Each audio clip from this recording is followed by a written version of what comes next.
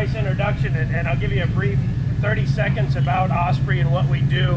And then, as I told Will just before I got here, seeing so many different people really made me want to talk about, you know, when this victory over statism, how do you fight that? How do you build a movement? And what do we see in other states that is successful?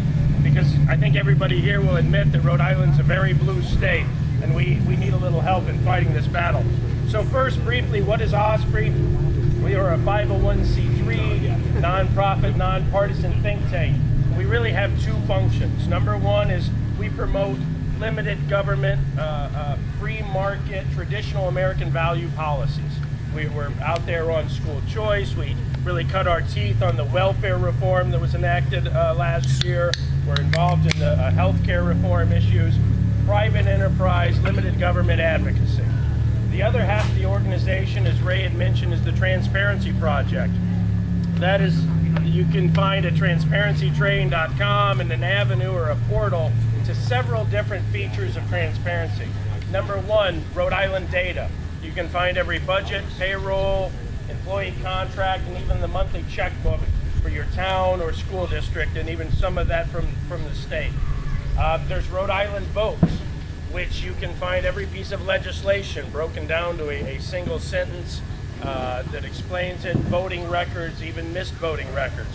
And for the different advocacy groups that are represented here today, you'll find a good feature there called a scorecard, where you can tell the website what bills are important to you, how you would like your legislator to vote, and it'll give you a scorecard on how the whole General Assembly voted on your issues. Thirdly, there's a website out there called, in that portal, called the Stimulus Watch, that has every stimulus project on it. You can vote on whether you like them or dislike them. You can put in information, how it affects your neighborhood, etc. And then another item that plays particularly this gentleman over here in the East Providence School Committee is called the Labor Relations Board Watch. And this was really a part of our transparency project that came from requests from outside, particularly people in East Providence, that, hey, we've got an issue here, we're battling the unions, they're going to the Labor Relations Board, can you give us some information on this entity? So we did the research on the decisions and posted all that on the website. So those are the kind of transparency things that, as Ray mentioned, will enable you with the tools to make the fight. Now, taking me to the second part of the talk, and I know Will wants me to be brief, so there was a piece, Fred Barnes wrote a piece in out west called the Colorado Model, and it talks about how to build capacities for fighting statism.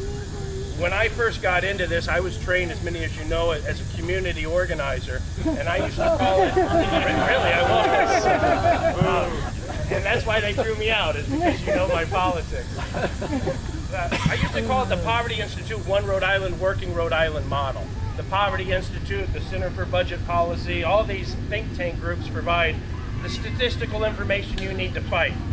Working Rhode Island was the muscle, the 501c4s. Those were the people out there fighting, pushing the legislators and trying to convince the voters how to vote. And then you had One Rhode Island in the middle that was a coordination of these, held a platform of legislation and directed the activities.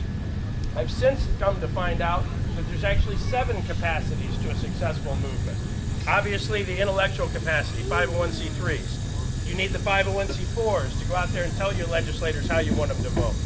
You need a leadership capacity, a farm system. We need people like OCG, and I know Representative Trillo trains new politicians on how to run for office. You have the election capacity, which is exactly what RERA-PAC is. It's a group of people to get together and say, this is what we want, and we will support those people through political action committees. You also have the new media, Anchor Rising, being able to respond to the media quickly with the appropriate information through blogs, through Facebook, Twitter, all that stuff to communicate. There is also the 6th capacity is investigations. The traditional media used to do this, and now you're finding more think tanks and groups like ours that get involved in this, investigating waste and corruption on behalf of the people. And the 7th capacity is the legal capacity. Once you have this information, you've exposed it, you've found the bad guys, you need to do something about it.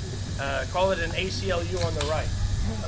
These are the pieces you need to fight the left, because they're doing it just, they've shown us the blueprint on how to do it. We need to replicate it. So I promise, Will, I'd be brief, so I'll just leave you with that. Looking out here, there are all the people, the advocacy groups, the taxpayer groups, the think tanks. We're all here. We need to find a way to work together, focus our energy on exactly what we need to get done, and we can make a change in the state. So thank you for letting me introduce OSPRI to you.